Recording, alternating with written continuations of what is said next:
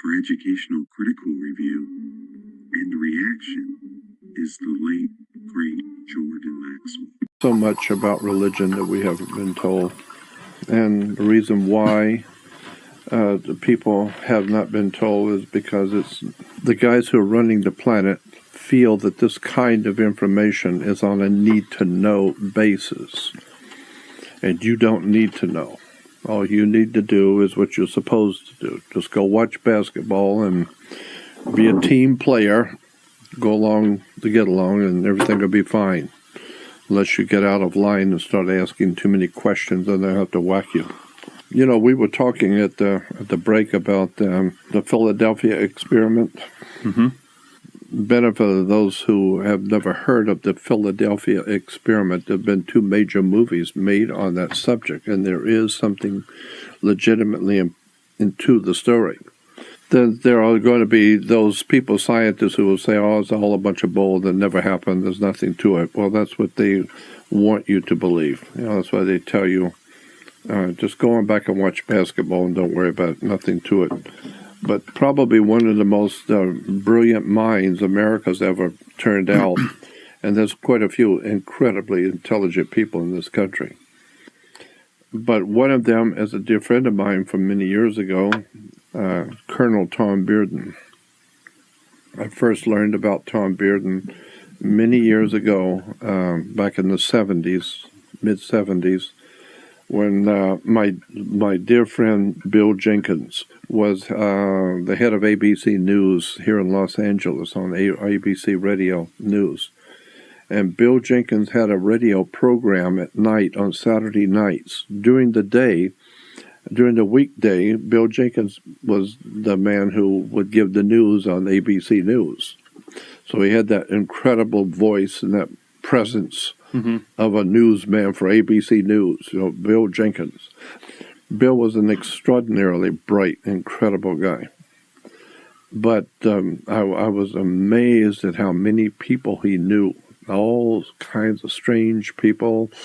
You know, he was well-traveled and highly intelligent, but I met him, and when I first met him, I was scared to death when I first met him. This was a very important man to me. I looked up to him, and when I first met Bill, he invited my friend and I to come visit him over at ABC Studios, and he was just in dungarees and thongs, and right, he doesn't have to look pretty on radio, but it was funny because after meeting with him and talking with him, we had a very good relationship. And so he said, why don't you come out to the house this weekend? I'm going to have some friends over. So I ended up going out to Bill's place out in the north end of the valley on weekends and hanging out with him and going to conferences with him. And I met so many people through him. And one of the people was a man named Colonel Tom Bearden and Dr. Bob Beck. Dr. Bob Beck, a lot of people will never know what an incredible man Dr. Bob Beck was. These names were all the old-timers, the scientists and physicists that they were on the cutting edge of technology and the occult world for government. They worked for government, but they were into some real interesting stuff. Well, I knew that Tom Bearden was one of the best scientific minds this country's ever produced, so I asked him one night, there was a big dinner over in Pasadena, and I was invited. Bill Jenkins got me invited. There was about 15, 20 top-of-the-line people, physicists, scientists, engineers. I mean, all of these are very heavyweight people, and some of them work for government. And they were all speakers at a conference. And so after the conference, they all went out to dinner together. And so I was invited. And so I sat quietly listening to all of these great minds talking about subjects that just blew my mind. Philadelphia experiment and cross-breeding animals with humans and all kinds of strange stuff the Nazis were doing and that this country was doing too.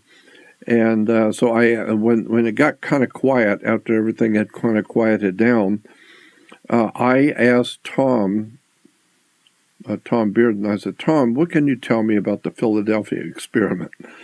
And he says, Jordan, I'm not really at liberty to talk about that. And so, being a fool, I only opened my mouth to change feet. So I said, well, I don't want any national secrets or anything. I said, but is there anything you can tell me? And he says, listen to what I'm telling you. Listen to what I'm saying. I cannot talk about that subject, so just drop it. Well, of course, in front of everyone, I felt about that big. However, as I look back on it now over the years, he answered my question, and that was the way he answered it. Because I wanted to know, is there anything in fact to this story of the Philadelphia experiment? Well, the way he answered it is, look it, drop the subject. I cannot talk about it. That tells me there is something to it, and he's not talking. So move on and forget it. So that told me that there is something to this idea of the Philadelphia experiment. The Philadelphia experiment was quite literally during the Second World War on the East Coast in Philadelphia and in the area. They were working on the possibility, scientists were working on the possibility that they could make a ship disappear in radar electrically, do something with the ship electrically so that radar wouldn't see it, so that it would be making the ship disappear on radar. Well, the story goes on. I don't know because I never got the straight of the story, but there's been a lot written about it, that when they were doing the experiment, they actually made the ship itself disappear. And then they were all scrambling around trying to figure out what just happened. The ship was still sitting in the water, from what I've read, from what I've heard. I wasn't there, but from what I read, the ship was, you could see the indentation in the water where the ship was sitting, but there was no ship there. So it was still there, but you can't see it now. So it made a ship disappear, and then it made it reappear. They caused it to reappear. Well, I don't know. It could be that it just made it disappear on radar, or they made the ship actually disappear. I don't know, but it's very interesting. It's one of those really strange and interesting subjects, and go look it up. It's called the Philadelphia experiment. Was a lot of that having to do with the Tesla and his technology, absolutely. Where he Tesla. implemented, Right. Frequencies and potentially moving atoms. Yep, and there's something out there too called the woodpecker. Tom Bearden and Bob Beck were talking about it. This is maybe back in the 70s. It's very interesting. They called it the woodpecker, and it's actually a signal that's referred to by the scientists who know about it. It's called the woodpecker signal. Off the coast of Alaska is a series of islands off the coast called the Aleutian Islands, and that last little island in the chain is the closest America comes to Russia. Mm-hmm. Well, on the Russian side, I've been told that there were different islands off the coast of Russia also, and then the very last one is a radio station of sorts. It's a broadcast station. And from what I remember, they said that the station required so much power that they had to have their own little nuclear plant there by the station to feed it. That's how much power that station required. It had to have its own nuclear power. What it wasn't a radio station. It was broadcasting a signal that became known as the woodpecker. And if you get today, I don't know if it's still around today, but there was a time when I used to have shortwave sets. And if you turn on the shortwave radio and you have to go back on the dial all the way to one side or the other, back it all the way up, and then slowly but surely go through the dial till you hear it. And when you hit the woodpecker signal, it's a clacking, but the clacking has frequency. It will go up in frequency, and then it goes down low in frequency, it goes back up, and then it goes down, back down for about a half an hour or 40 minutes, and then all of a sudden it'll stop. Then you've got to start all over again to go find it again. Somewhere along the dial it's moved. And so what Beck and Dr. Bob Beck and Tom Bearden, these guys were talking about is the fact that it's a signal that the Russians were sending out, and they have it was like over the horizon radar, like a radar machine on that island, but they have two of them, and they're like dishes, like these big TV dishes, and they have a computer that moves the dishes, and so wherever they want to cause trouble on the earth, with a tornado or hurricane or earthquake or whatever, a tsunami, whatever, they can move one of those dishes, aim it, and then on the computer program it, the other dish moves in the opposite direction, 90 degrees, a different direction. And then they send out a very strong, called ELF, extreme low frequency, ELF wave.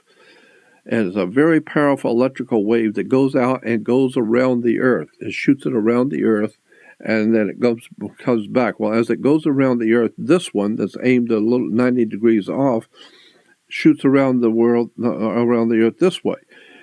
And so they calculate it to where the two will meet. The two waves will meet, and where they meet, depending on the frequency and the power put into each one, they can cause earthquakes, tsunamis, tidal waves. They can cause rainstorms. Well, that's similar to HARP, which is taking place right now in Precisely. the exact same area. And right. And to the next degree, you've got the the chemtrails that they say that's exactly right. assist with the HARP and the frequencies to create weather. A weather modification, yeah. And that's being used in wartime. It's being used by Russia against us, and we are using it against Russia. And well, they're also using it against the farmers to create that's right. Spike either in corn or whatever that product might be. But the other thing that that Tom was talking about, and others were talking about in relation to that woodpecker, is that they also will turn it to a different frequency, and then move the dishes around so it hits a different country, and they can make people angry, because Nikola Tesla, they can do behavior modification. Yeah, behavior modification, exactly, and so this particular frequency, when it goes up high and then goes down, the reason why it does that is because, and I'm just paraphrasing what I was told back in the 70s, but that frequency causes some kind of a secretion of fluid in the brain to release fluids in the body, that Nikola Tesla had figured out how the body works and how vibrations in the brain cause the body to do certain things. And so it can cause women to become very irritable and very angry. And unless, of course, you were like my wife, who was angry at us all the time. But then also when it goes into low frequencies, was designed for men. And so what they can do is they can cause people in an area, a particular area, where they crisscross the signals, to become very agitated and warlike and angry, or sleepless, or people can't sleep, or they become agitated. So depending on the frequency, they can affect your mental health. I had a first-hand experience with some of the Tesla technology with a Rife machine. Oh yeah, Royal Rife. And a Rife was fascinating. And he was, from what I understand, a gentleman who lived down in San Diego. But a friend of mine had a Rife machine whose mother was experiencing some cancer, and he believes this kept her alive for a while. But anyway, he had the Rife machine and said, "Why don't you try this?" So he actually had the Rife machine. It had an argon bulb at the end, and it looked like a primitive kind of machine. And I said, what the hell? So he turned the thing on to a certain frequency, and he ran the bulb around my body, and I ran it around my head, around my arms, up and down my legs. And I came home that night, and my wife just says, "Oh my God, you stink like sulfur. What's the problem?" I said, I don't know. I said, I tried this machine. She says, "Oh, you just stink." And I smelled like rotten eggs. And what this machine did, and what the premise behind the technology, is each cell and each atom in your body has a certain frequency. It certainly does. And the Rife machine, through its argon bulb and its technology, it fine-tuned, the good cells, and it killed the bad cells. Bad ones. Mm-hmm. And the smell that, I stunk like for a day or two was the bad cells that had left the body. Mm-hmm. And Sure, Todd. Sure. And see, his name was Royal, Royal, Royal Rife, Rife, isn't it? Rife. And I think he lived in San Diego. In San Diego, Royal Rife, and And incredible man. He designed a microscope that was far in advance of anything that we have today. But that microscope was able to go into a disease cell, into a microbe, and find out its vibrational frequency or whatever, and then use that equipment, the Royal Rife machine, to vibrate and kill off those cells. And so he could kill your disease by just waving the light over you. He'd kill the disease. It was through the argon and the frequencies. Yeah. So the medical profession said, no, thank you. That is no possible way you're going to do that. So government came in quickly and shut that down. From what I understand, they burned down his... they burned his laboratory. They burned his laboratory down, and the technology was saved in a safe. One of his assistants at the time was able to save, and these machines still exist. You can go on eBay and buy one. I don't know if they're the exact what he was doing, because his was very involved. So I'm just saying there's a lot of interesting things. So you need to look up his name. If anyone listening, if you're interested in some really strange science, look up Royal, Royal, Royal Rife, Rife, Royal Rife, the Rife machines. Read about it. It's very interesting stuff. And then also the Philadelphia experiment. You might want to look up some information on that. Philadelphia experiment. Yeah, Jordan, I'm curious if we could maybe get back to Bearden for a second. Did you ever have a chance to talk to him about his plans for nuclear waste and how he had figured out how to deal with nuclear waste? He said that there was already perfected a way to neutralize nuclear waste. He said there's a very simple way to do it. You can neutralize the bad stuff in the nuclear. There's a way to neutralize it. He said, I'm not going to go, he told me, he said, I'm not going to go into it, but suffice it to say, there is a way to neutralize, thereby rendering it no longer dangerous. But that's like many years ago. I mean, back in the 60s, I remember a doctor who worked for the automotive industry. One of the big oil companies was a guest on somebody's show. I think it was George Putnam had him on back in 1964, 65 in Los Angeles. And they were talking about smog and the automobiles making smog. And the doctor said, the reason why you have smog is because the oil companies making gasoline do not want to, what he called crack, C-R-A-C-K. They crack the oil twice. It's a process in which they take the raw oil and they do something with it, a process, and it's called cracking the oil. Yeah, they use a column called a hydrocracker. Yeah, okay. So he says, so then afterwards they take that stuff and then they crack it a second time. And that gives them the gasoline. And he said all they need to do is crack it one more time, and that would take all the pollutions and all the pollutants and sulfur and whatever out of the gasoline. There would be no pollution at all if they would crack it a third time. But they decided that it's not cost effective. It would cost us money to do a third time, and why bother? Just put it out there. So they could make gasoline that was not non-polluted at all, from what he said back in the 60s, if they would crack the fuel one more time. But they don't want to do it. It costs too much. So, all right, it wasn't that it cost too much. It would cost anything at all. They don't want to fool with it. So just crack it twice and put it out there. And they don't care. So now if you fly all over the world, which I do, every time I fly around the world, I look out over the horizon of the earth, and all you see is smog everywhere. Everywhere is smog. So what we're doing is we're polluting the earth everywhere you go. There is no place on the earth that's not touched by pollution. But the oceans are filled with pollution. Our water is polluted. Our food is polluted. Our governments are polluted.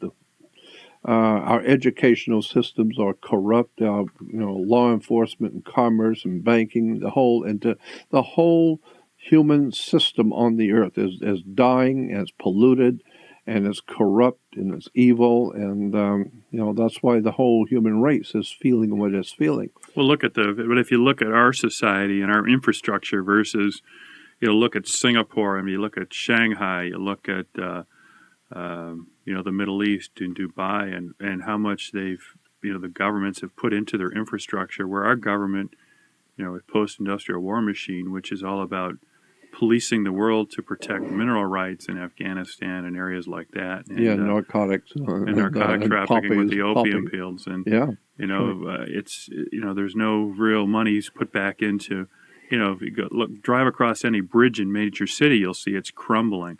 Look at the schools, they look like prisons.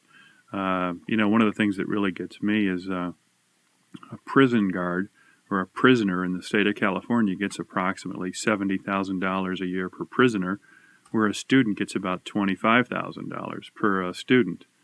And who was it? Victor Hugo once said, if you build a school, you close a prison, build a prison, you close a school. And, it's pretty symbolic, I think across the country, especially here in California. Well, that's why prison is a very big commercial market today. Huge business. The privatization of prisons has become a huge business, and it's got to stop. If you look at the incarceration rate, I think some of the statistics, at least in California, 1 in 100 Caucasians is incarcerated. Yeah. There's no end in sight. Look at our U.S. population, or the U.S. versus any other world. We have the highest per capita prison population in the world, on the planet. Yeah. And we're supposed to be a first world nation, forward thinking and everything. Well, we are first. We're first in everything. Yeah. In pollution, corruption, violence, drug addiction. Yeah, but the one thing Americans do, we are a resilient group, and hopefully, and I think we'll go back to the show, is pointing some of this out to people where, if we can assist in someone that makes a change. Well, look at Albert Einstein said that this is a very, very dangerous world. Not because bad people do bad things, but because good people don't do shit. They don't do nothing. Well, they have no clue. They have no clue about it, and they don't do nothing. So Americans, the overwhelming majority of Americans, remind me of old Christmas light bulbs, There's Americans and there's U.S. citizens. Oh, well, now that's a whole different subject, too, yeah. Yeah, we can go into that where, we're really U.S. citizens, not Americans. Well, that's a whole thing. Here's all the documents on that. I was going to talk about all of that is right here. It's kind of hard to really impress anybody with this subject if they can't see it, because there's so many documents. But the bottom line is that look up the word, and I'll go to a law dictionary. Go to a library and get a law dictionary. And look up the word commerce, which you think means business. But look up the word commerce in a law dictionary, and look up the word Congress and commerce, because both of those words mean basically the same thing. Congress and commerce. Basically, it boils down to sex. Sex is referred to as commerce, and business. It is a business. Well, the oldest profession in the world. That's right. Certainly is. And so that's why when I see you with some woman, I said, you know what? I think she's bad company. Company?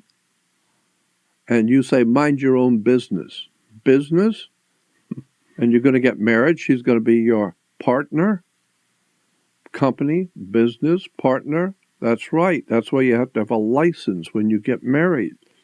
Because the word license, a license is a permit to do something which without that permit would be unlawful. Therefore, you need to understand that your body, by law, is considered a corporation. That's why when you die, you're a corpse.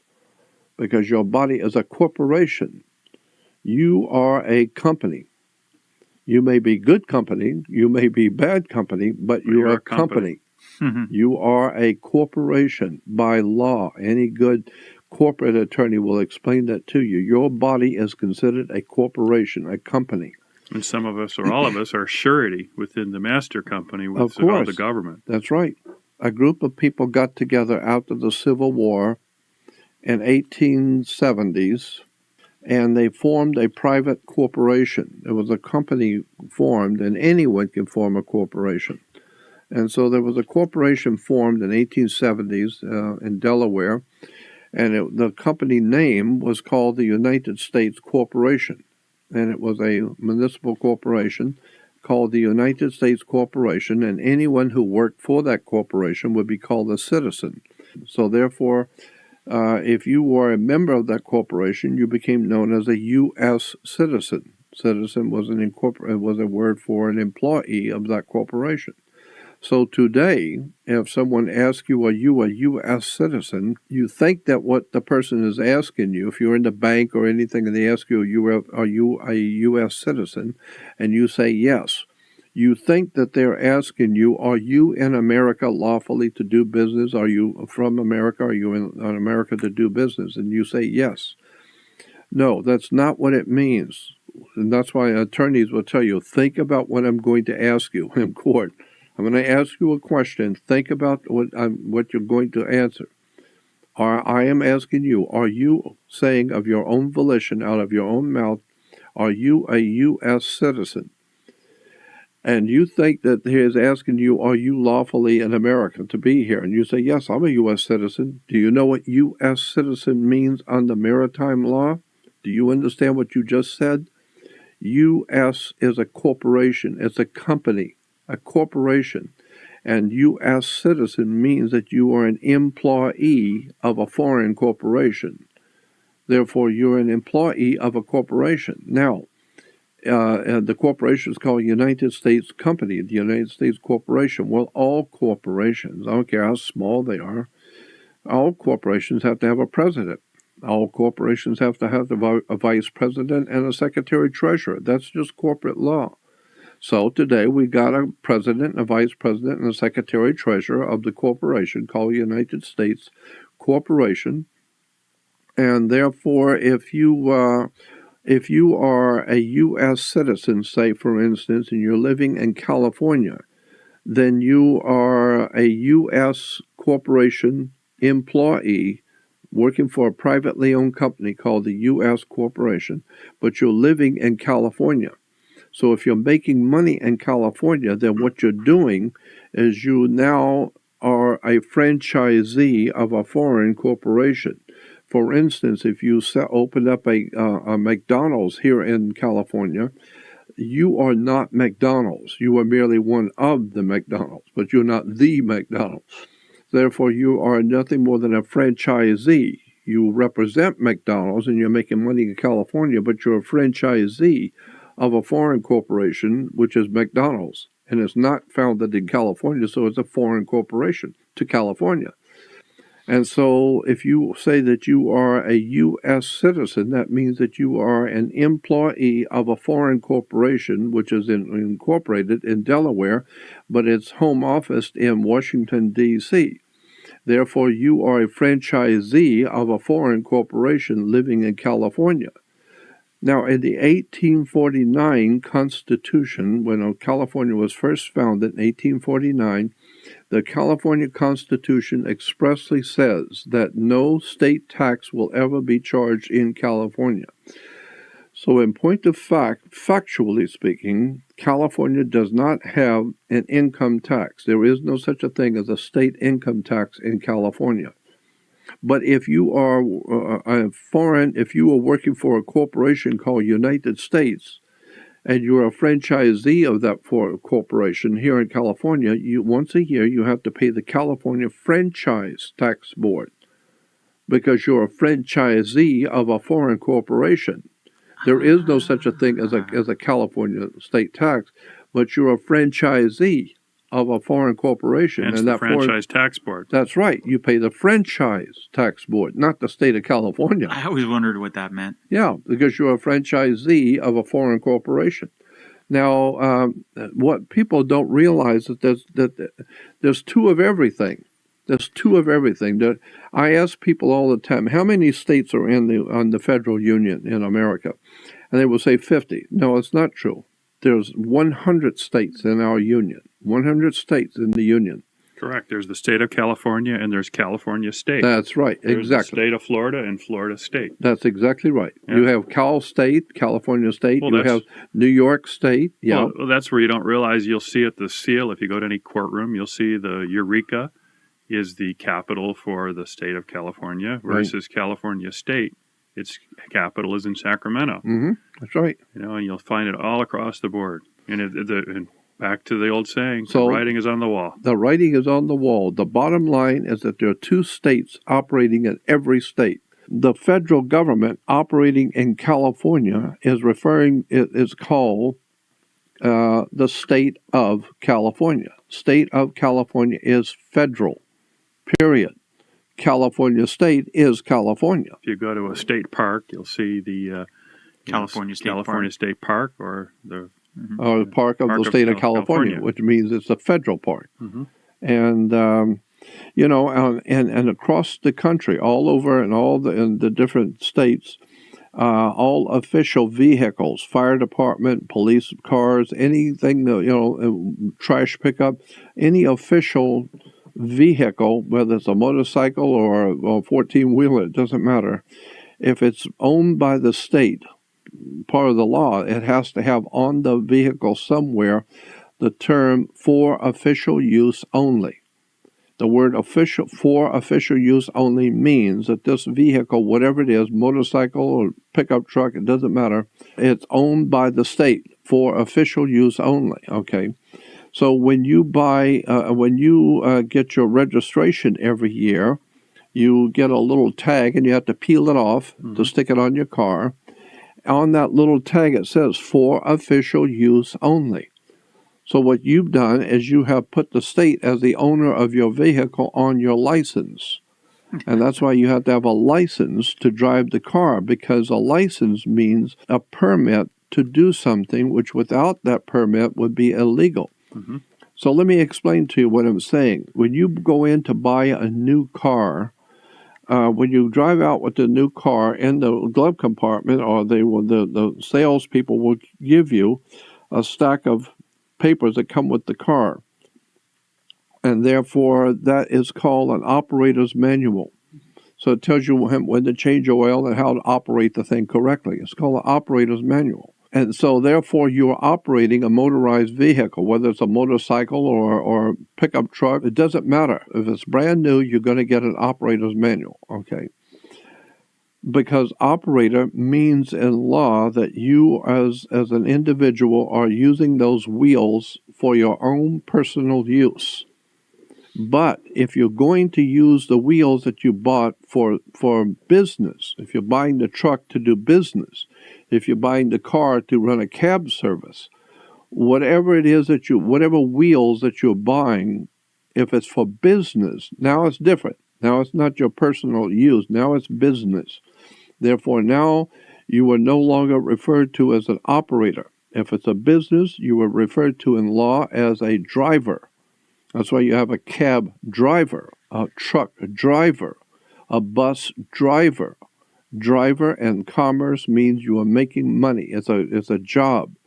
If you're not making money, if it's just your personal vehicle, then it is an operator's manual. You are an operator.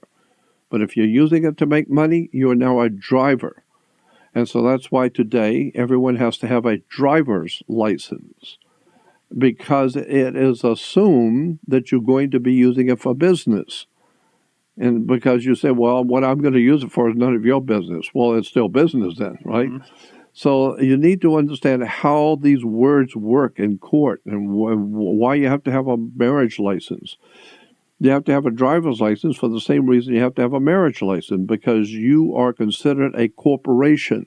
As I said, when you die, you're a corpse. Why? Because you're a corporation. What always got me was the word that you'll see all the time, human being. Yeah, well, that's a whole different story. Yeah. I mean, when you get into that. Yeah. But I was going to say so she as a corporation. So now you got Ford Motor Company doing business with General Motors. So now you got two corporations talking about producing a new product. Oh, really? We're talking business here. Mm-hmm. So you're going to come together and produce a new product. Well, that's fine as long as you get a license, because you are a corporation, she is a corporation, and if this project that you have going on between the two of you, if it doesn't work, you're not going to God, you're going to court. And you better bring your money with you and your house and everything else you've got, because it's just business. We're just talking a license to do business. Because if you look in the law dictionary, look up the word Congress and commerce, both will tell you, both of those words mean sex. So the whole concept of commerce and the regulation of commerce is Congress, has to do with sex. It has to do with the male and the female are corporations.